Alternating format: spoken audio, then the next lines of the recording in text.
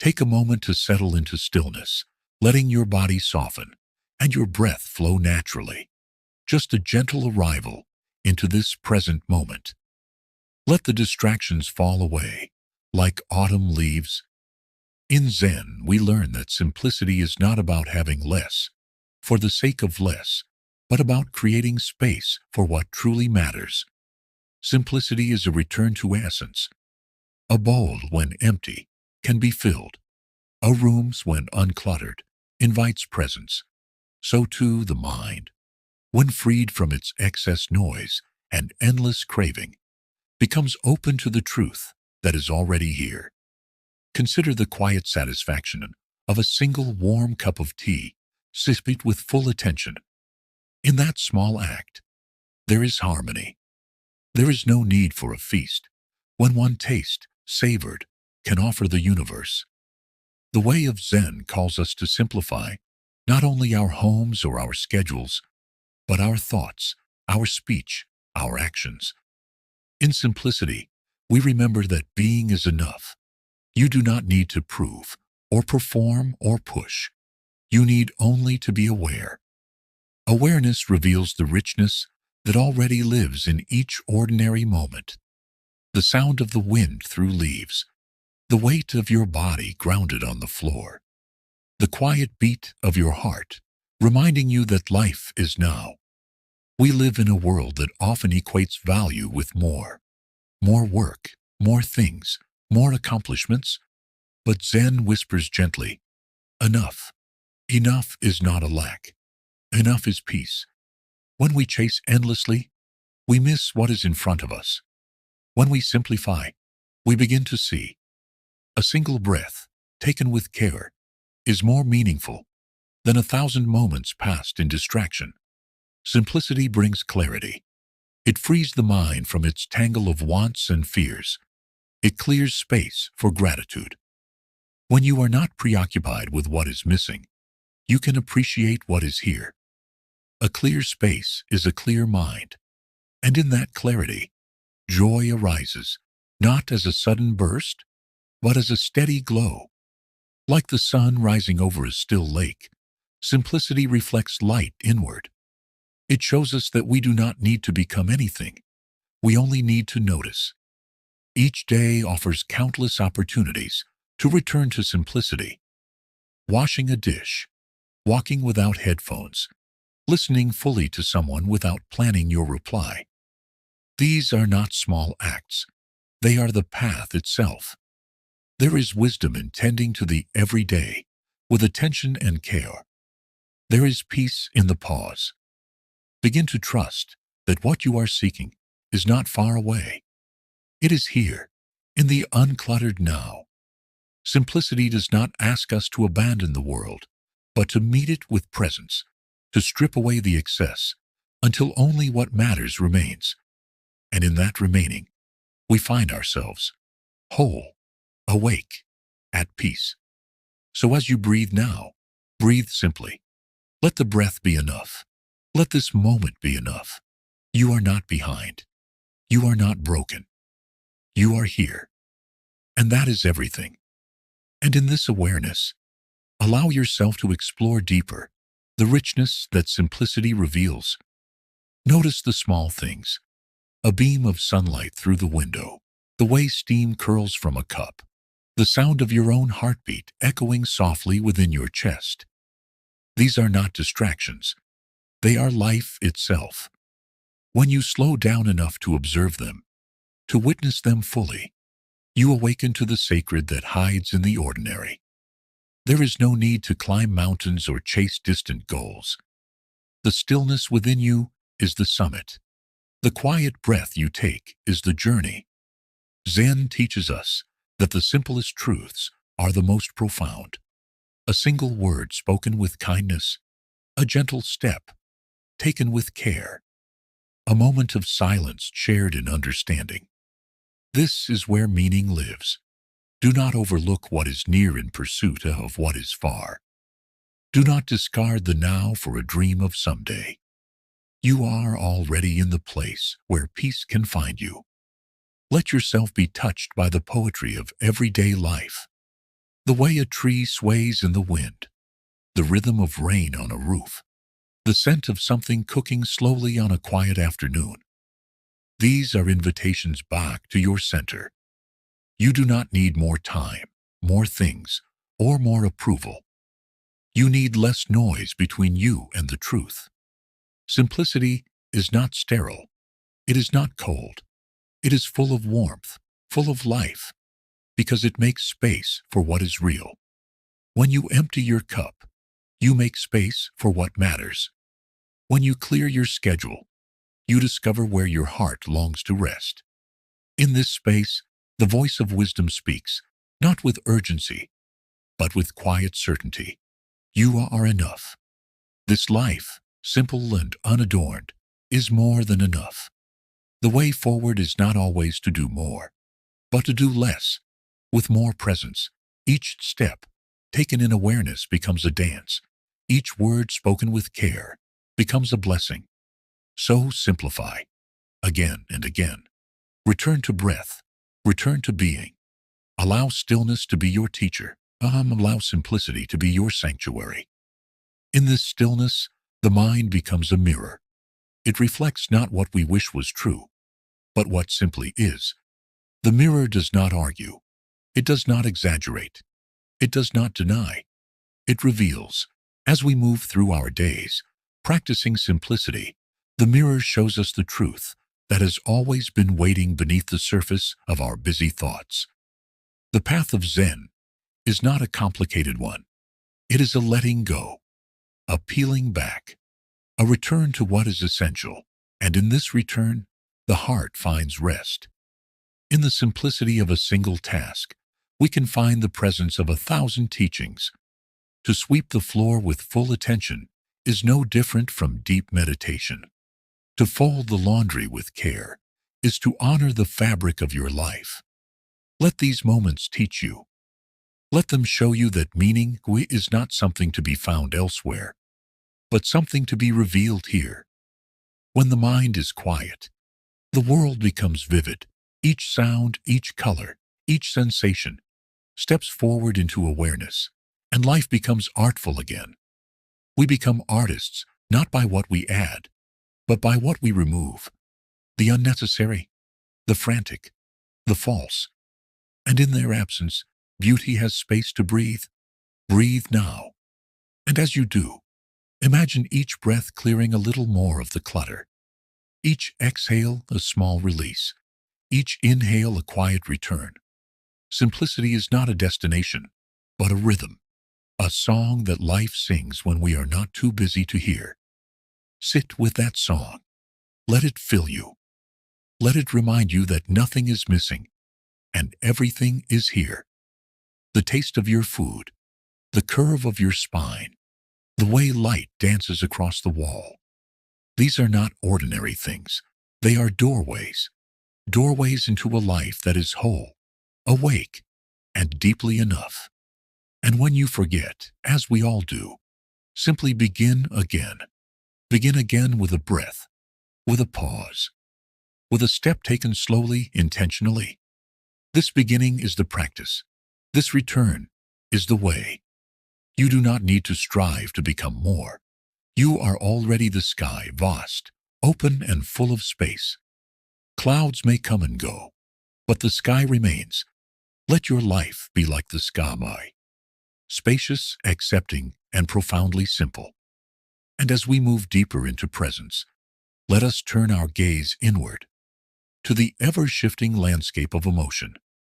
In the Buddhist path, emotions are not enemies to be conquered, nor are they distractions to be avoided.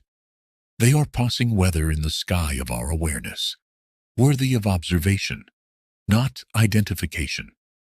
Joy and sorrow, anger and peace, they arise and pass, like waves on the ocean. The practice is not to deny them, nor to cling to them, but to see them clearly and let them go. When we become aware of our emotions without becoming consumed by them, we begin to master the art of self-regulation. The Buddha taught that suffering comes not from the feeling itself, but from our attachment to it. our grasping, our resistance, our judgment. In mindfulness, we sit with the emotion as it is. Anger may rise like a flame, but we breathe and watch without fanning it. Sadness may come like a tide, but we do not drown. We float, we breathe, we stay. To witness your inner life with compassion is to heal without force. Each feeling is a messenger, not a mistake. Even pain can become a teacher if met with kindness. So when emotion stirs within you, do not turn away. Do not push it down or let it drive you blindly. Sit with it as you would with a dear friend, listening, softening, understanding. This is the way of emotional mastery. Not control, but clarity. Not suppression, but spaciousness. You begin to realize, I am not my anger, my fear, my longing. I am the awareness that holds them all. And in that space of awareness, peace takes root. It grows slowly, quietly, until you are no longer swept away, but grounded, rooted in presence, capable of responding with wisdom instead of reacting from habit. This is the path. This is the work. And this too begins with a single breath. And in continuing to walk this quiet path of awareness, you begin to see how each emotion, when met with gentle attention, reveals its own impermanence. No storm lasts forever. What once felt overwhelming now passes like a shadow across the wall. This is the wisdom of the middle way, not swinging from indulgence to denial, but abiding in a steady presence that does no need to fix or flee. Emotions, as Buddhism teaches, are part of being human. Even the Buddha himself experienced sorrow, disappointment, and fatigue. But his awakening came not through escape, but through embracing the totality of his inner life with clarity and compassion. You too are invited to do the same, not to become a stone unmoved by feeling, but to become a clear river through which emotion flows without obstruction. In meditation, you learn to watch anger rise like fire, heat your chest, quicken your breath, and then fade. You learn to feel joy swell, illuminate your being, and then gently recede. In each case, nothing is permanent, and nothing is a mistake. You do not have to chase happiness, nor resist pain. You only have to remain awake, grounded, breathing, letting each emotion pass through you like wind through an open window. The more you practice this spacious awareness, the more your life opens in peace. You begin to trust yourself, not because you can control everything, but because you no longer fear what arises within. You greet sadness with soft eyes. You allow fear its place, but not the wheel. You make room inside for every weather, every wave, every whisper of the heart.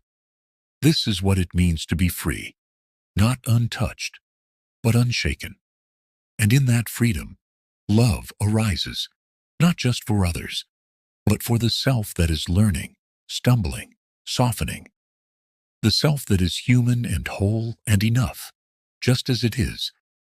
And as you walk deeper into this awareness, you begin to realize that emotions are not obstacles on the path. They are the path. Each feeling is an invitation to understand, to soften, to return. When fear arises, it is asking for your presence, not your panic. When jealousy stirs, it points to an unmet longing beneath the surface, a part of you that wants to be seen, and valued. In the Buddhist way, there is no labeling of emotions as good or bad, only clinging or letting go. Anger, when grasped tightly, burns, but when held lightly in awareness, it reveals its roots in hurt or injustice. Sorrow, when resisted, becomes suffering, but when embraced, it becomes a river that nourishes compassion. This is why the practice of mindfulness is so essential. It is not a passive state, but an active engagement with the truth of this moment, just as it is. Mindfulness allows you to hold even the most difficult emotions with tenderness, as you would cradle a crying child, not to silence them, but to understand them. The breath becomes your anchor in the storm, your reminder that you are still here, still whole, still capable of returning. And in returning, you see clearly. You see that no emotion defines you. You are not your anger. You are not your fear. You are the awareness that sees them come and go, the spacious sky in which these clouds appear and dissolve. With this recognition comes freedom, not the freedom to escape life's emotional landscape, but the freedom to walk through it without losing your way. You begin to respond instead of react. You begin to choose kindness over defensiveness, presence over avoidance, patience over urgency. And in doing so, your relationships deepen, your mind clears, your heart opens. This is not a one-time insight, but a lifelong unfolding, a daily returning to the breath, to the body, to this moment, a willingness to meet yourself over and over again with the soft gaze of the Buddha, not judging, not fixing, just seeing, just being. And in this being, transformation happens, not as a dramatic change, but as a subtle shift, like spring thawing the ground. You become gentler with yourself and with the world. You discover that emotional mastery is not about control, but about compassion, not about never feeling pain, but about learning to stay with it, to breathe through it, to let it teach you. This is the Buddhist way, to live not apart from your emotions, but awake within them, fully present, fully human, fully alive.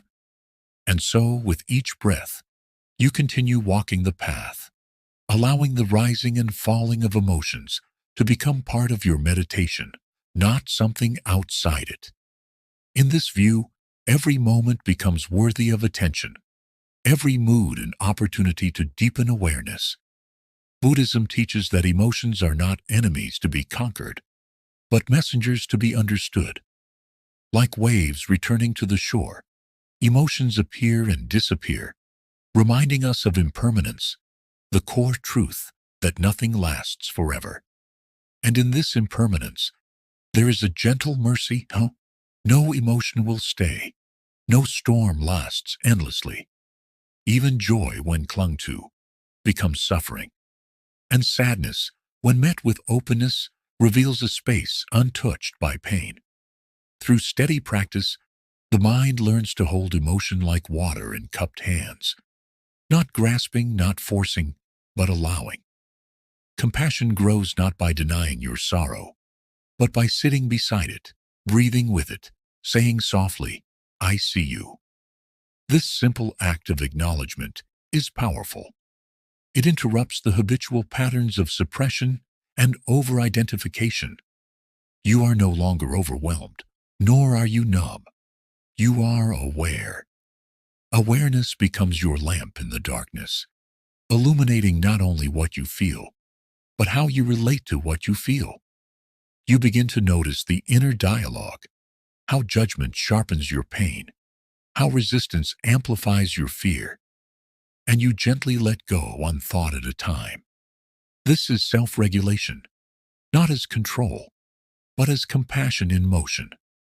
It is the art of returning again and again to this breath, this body, this exact moment with care. Even the most turbulent emotions lose their grip when they are met with this steady kindness. You begin to see that what you used to call breakdowns were actually breakthroughs, moments when the heart cracked open wide enough to let light in. And this light grows with practice. The more you witness without judgment, the more space opens within you.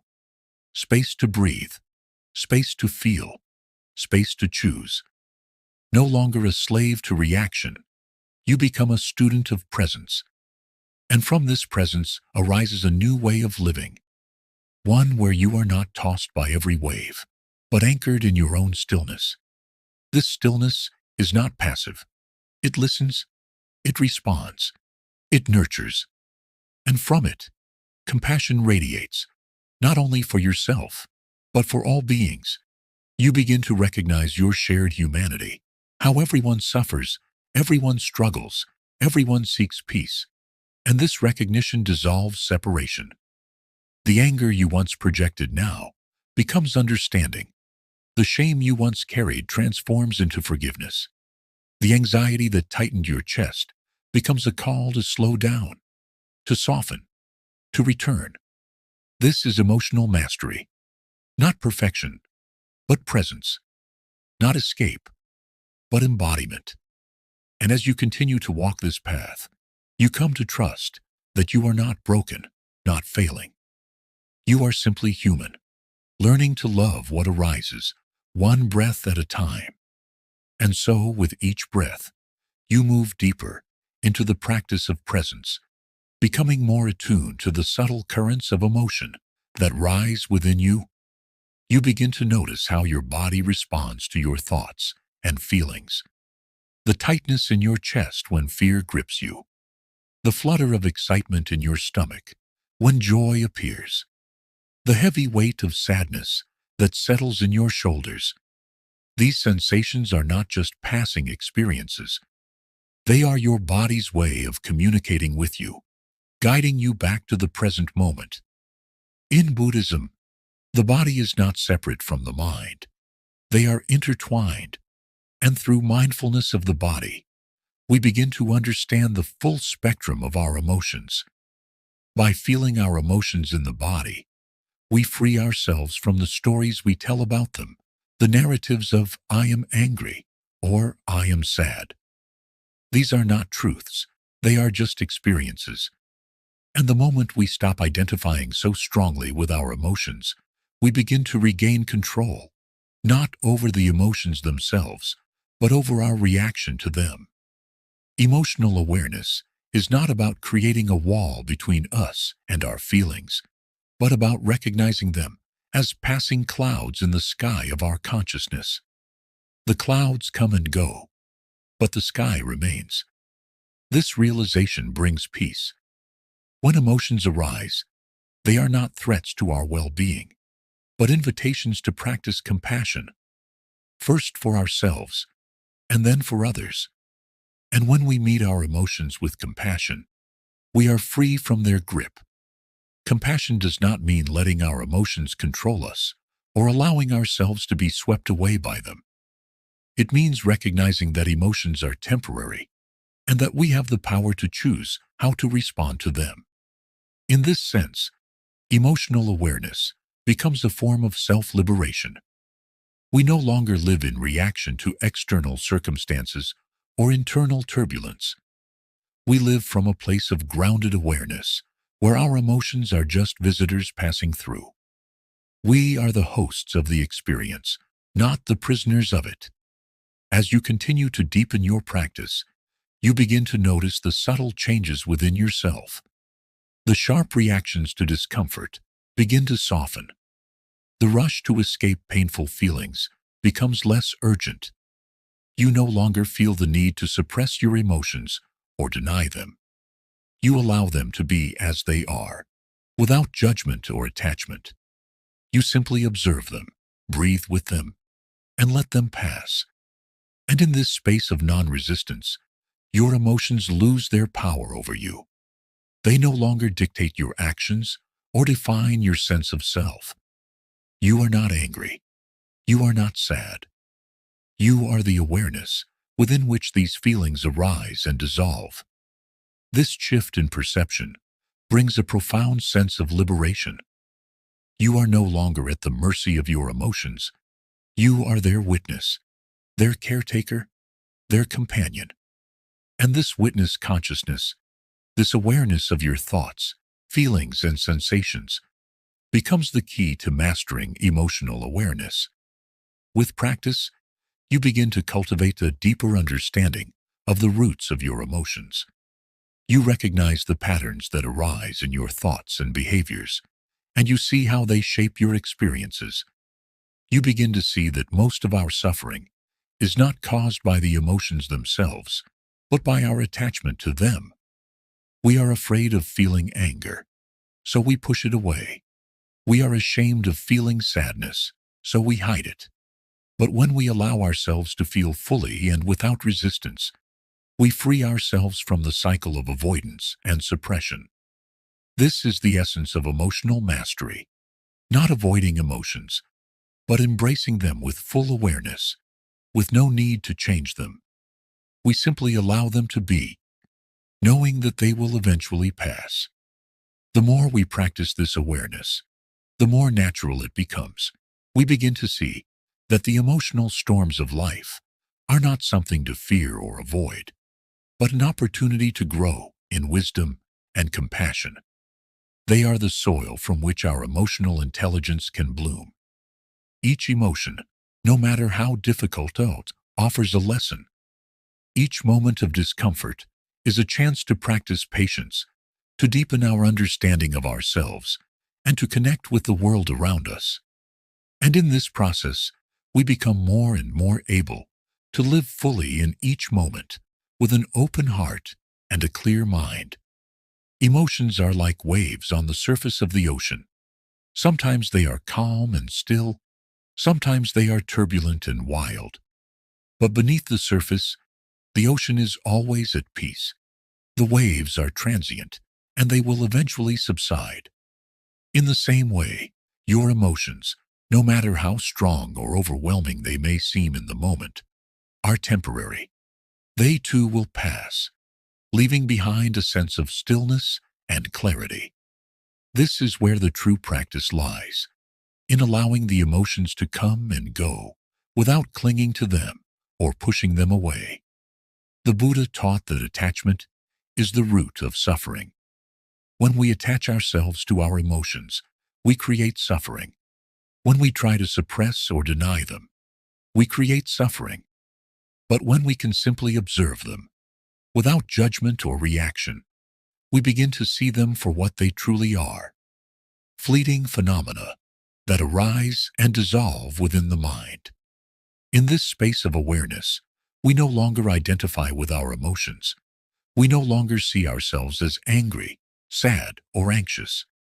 We simply recognize that these emotions are part of the human experience, and we allow them to be. This shift in perception is a powerful form of emotional mastery. It is the recognition that we are not our emotions, just as we are not our thoughts. We are the awareness in which they arise. When we truly understand this, we realize that our emotional state does not define us.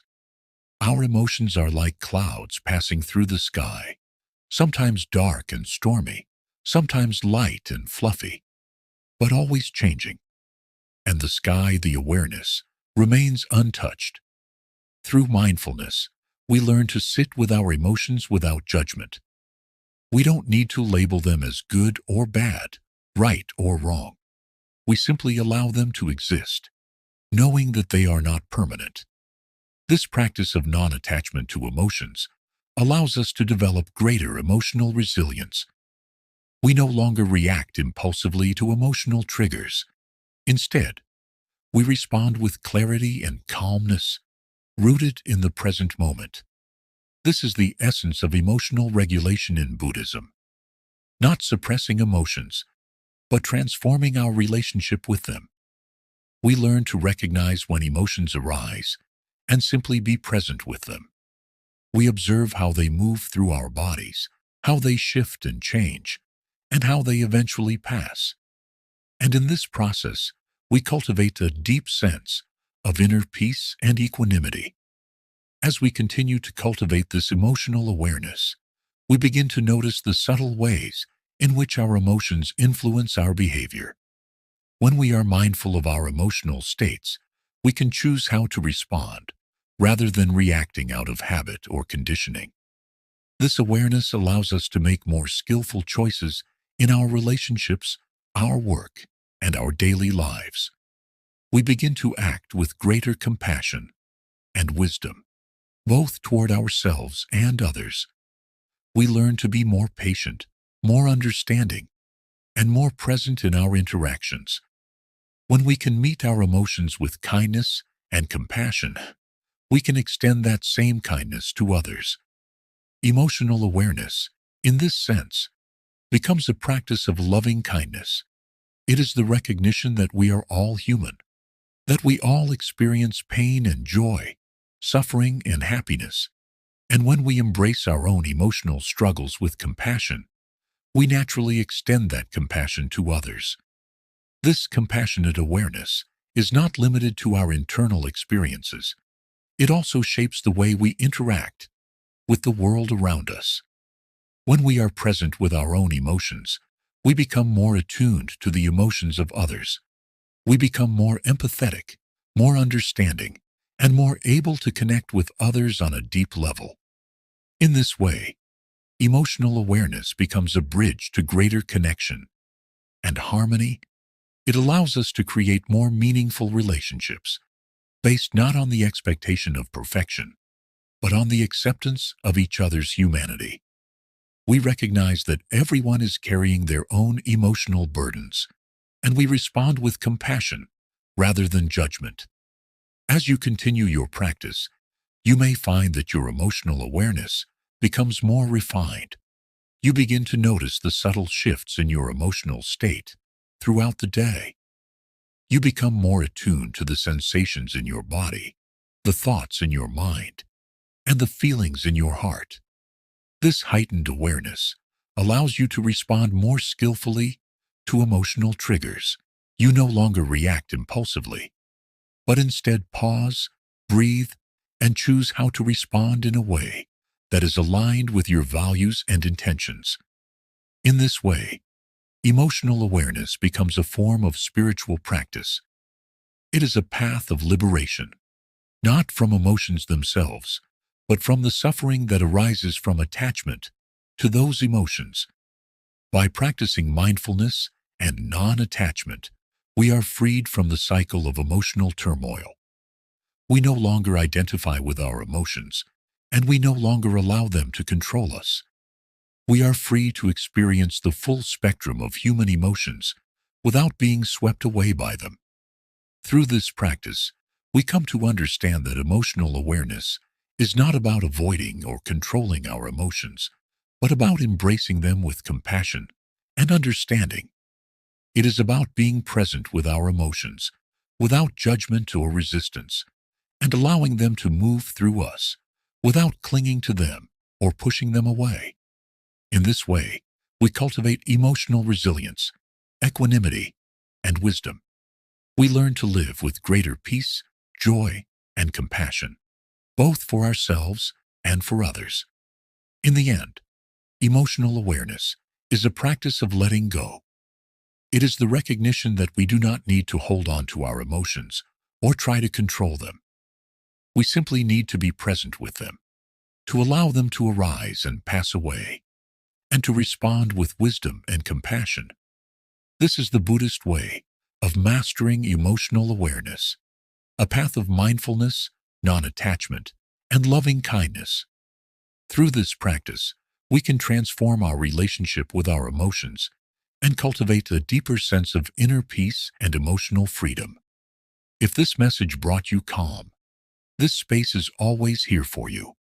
Subscribe, return, and walk this quiet path with us, one breath at a time. Until next time, remember, suffering is not holding you. You are holding suffering.